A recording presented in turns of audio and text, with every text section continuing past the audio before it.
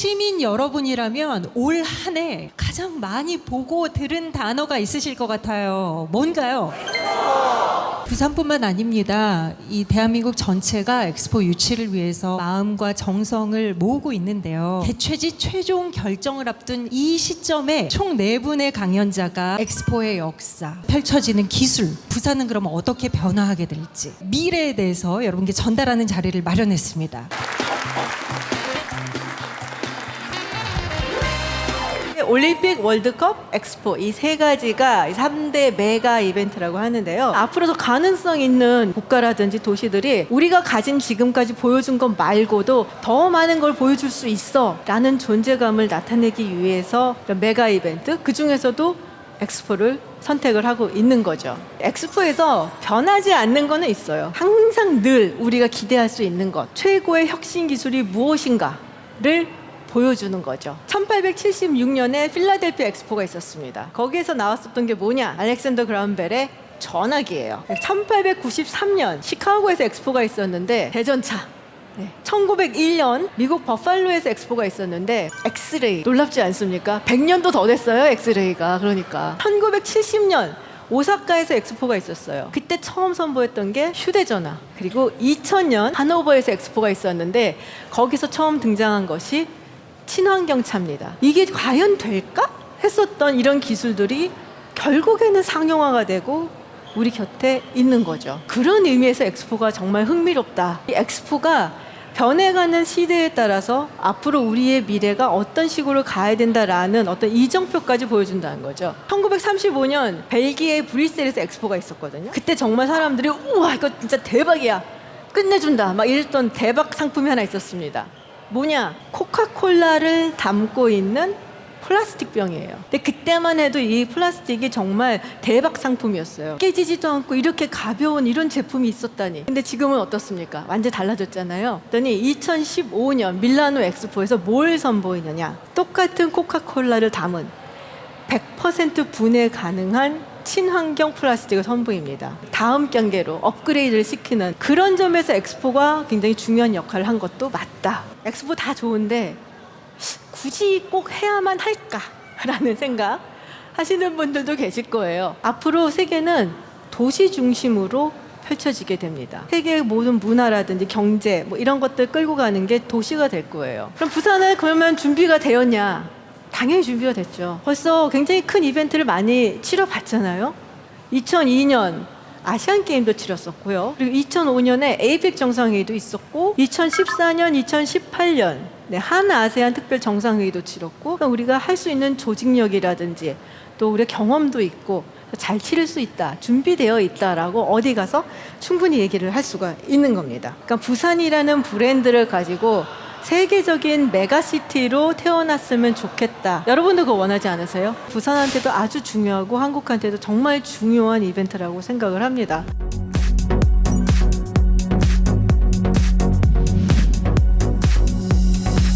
(2030) 부산 세계 박람회장에서 펼쳐질 미래는 과연 무엇일까요? 어떤 비전들이 제시될까요?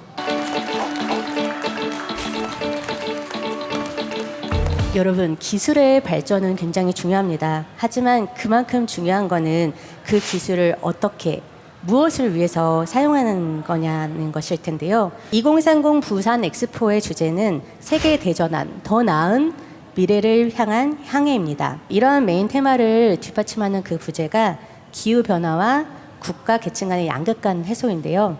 부산 엑스포는 첫 탄소 중립 박람회가 될 걸로 기대를 모으고 있습니다. 앞으로의 미래의 기술은 자연과 함께 더불어 살 수 있는 부분들을 모색하는 그런 방향으로 기술들이 개발될 것입니다. 저는 이런 거를 만들고 있어요. 랜턴이죠. 그냥 단순한 랜턴은 아니고요.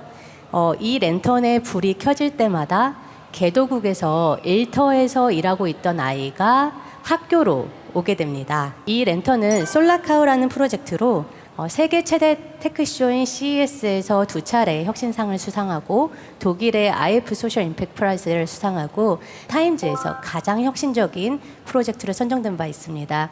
아마 대한민국 중소기업으로는 최초의 일이었던 것 같아요. 이 학교에 솔라카우라는 그 태양광 소 모양의 시스템을 설치를 했어요. 그리고 아이들에게 이 우유병 모양의 배터리를 나누어 줍니다. 근데 이게 이 솔라카우라는 시스템에서만 충전이 돼요. 그러면 아이들은 매일 아침 이걸 들고 학교를 가는 거예요. 가서 충전을 해놓죠. 기다리는 동안에 수업을 들을 수 있습니다.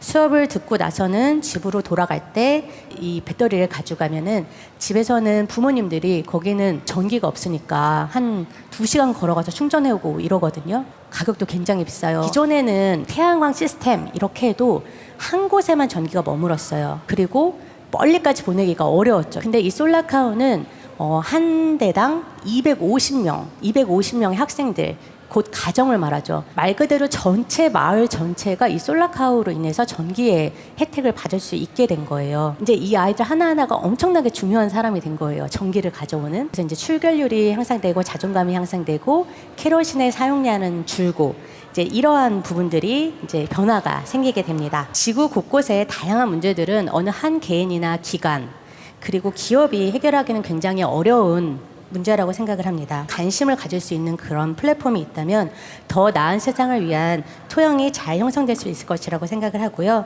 그 역할을 부산 엑스포가 할 수 있으리라고 기대합니다.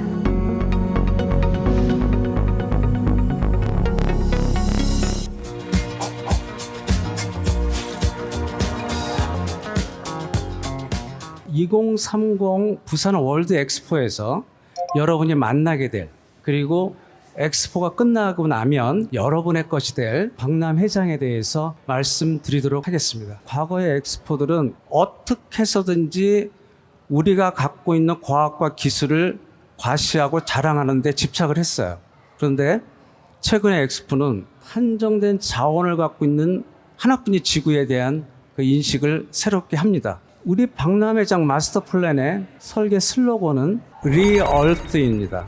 그러니까 하나뿐인 지구를 지키고 보존하며 다시 되돌아보자는 그러한 의미를 담고 있습니다. 월드 엑스포로 형성되는 공간은 단지 외국인만을 위한 공간은 아닙니다. 부산 시민 그리고 대한민국 국민이 함께 참여하고 즐길 수 있는 그런 공간이 되어야 합니다. 그래서 두 번째 설계 전략은 바로 생동하는 수변공원 만들기입니다. 우리 부산 북항은요, 바다와 맞닿아 있고 또 밀물과 썰물의 수익 간만의 차이도 적절해서 바다와 전시시설 사이에 무려 10km가 넘는 길이로 생태 마린 가든, 미모리얼 공원, 플로팅 파크 등이 구체적으로 만들어집니다. 그 수변공원은 다양한 높이에서 사람들을 물과 만나게 하는 그러한 수단이 될 것으로 보고 있습니다. 기본적인 설계 컨셉은 다공질 패턴입니다. 살아있는 유기체의 세포 조직에서 발견되는 구성 체계입니다. 주요 시설들이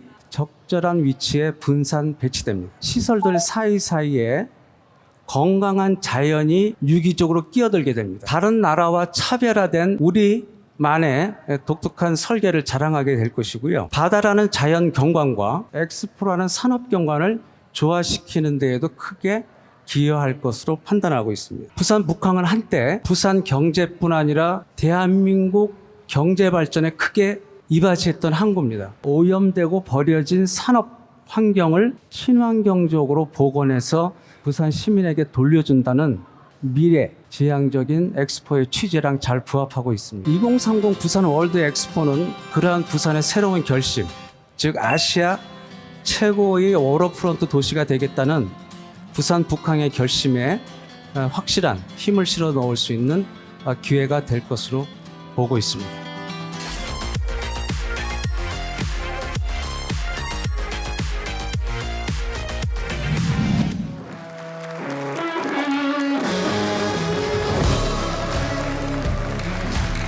여러분들 마음이 좀 쿵쾅쿵쾅 뛰시죠?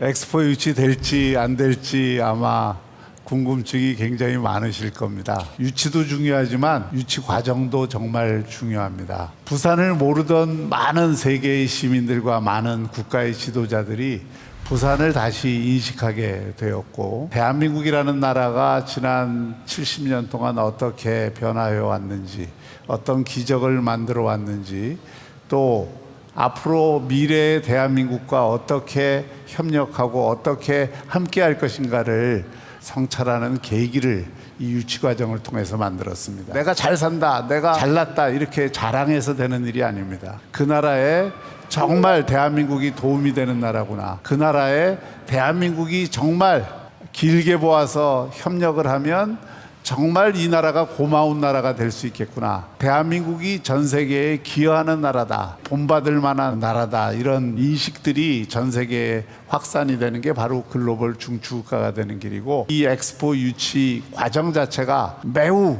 중요한 역할을 하기 때문에 지금 대한민국 전체가 원팀이 돼서 이렇게 열심히 뛰고 있는 겁니다. 그러나 그것 못지않게 또 우리 부산의 입장에서는 또 하나의 꿈이 있고 비전이 있습니다. 수도권 한 바퀴로 돌리는 대한민국이 돼서는 안 된다. 이제는 두 바퀴를 만들어야 된다. 두 바퀴로 가는 이 대한민국이 멀리 가고 빨리 갈 수 있는데, 이 부산과 남북권이 그래서 우리가 큰 역사적 사명과 시대적 소명을 안고 있는 거예요. 만약 부산이 대한민국의 또 하나의 성장축이 되지 못하고 부산이 서울 못지않은 글로벌 허브 도시가 되지 못한다면 대한민국의 미래가 어두운 겁니다. 그래서 가장 중심적인 역할을 할 그런 기제가 뭐냐? 그게 바로 엑스포 유치라고 저희는 보고 뛰어온 것입니다. 부산의 브랜드 가치가 굉장히 높아지고 있습니다. 미래의 잠재력, 그 다음에 혁신에 대한 이 의지, 그리고 그런 것들을 조금 더 선진적으로 구현하려고 하는 노력, 이런 게 평가를 많이 받았어요. 메가 이벤트 하나 유치하는 걸로 그냥 여기서 행사하고 남는 시설을 이용하는 이런 문제가 아니라 부산을 확 들었다가 한번 바꾸는 그런 계기로 우리는 만들어야 되고, 우리 시민들이 지난번 실사단이 왔을 때 온 시민들이 나서서 그 진심으로 엑스포 유치를 열망하고 있다는 그 열정을 보여주니까 그 실사단이 뭐라고 평가를 했습니까? 부산은 엑스포 유치에 모든 것을 갖췄다. 여러분들의 열정으로 11월 28일 날 반드시 부산이라는 그 도시 이름이 파리 하늘에 날리기를 제가 기원하고 또 하나의 계기가 되기를 진심으로 기원합니다.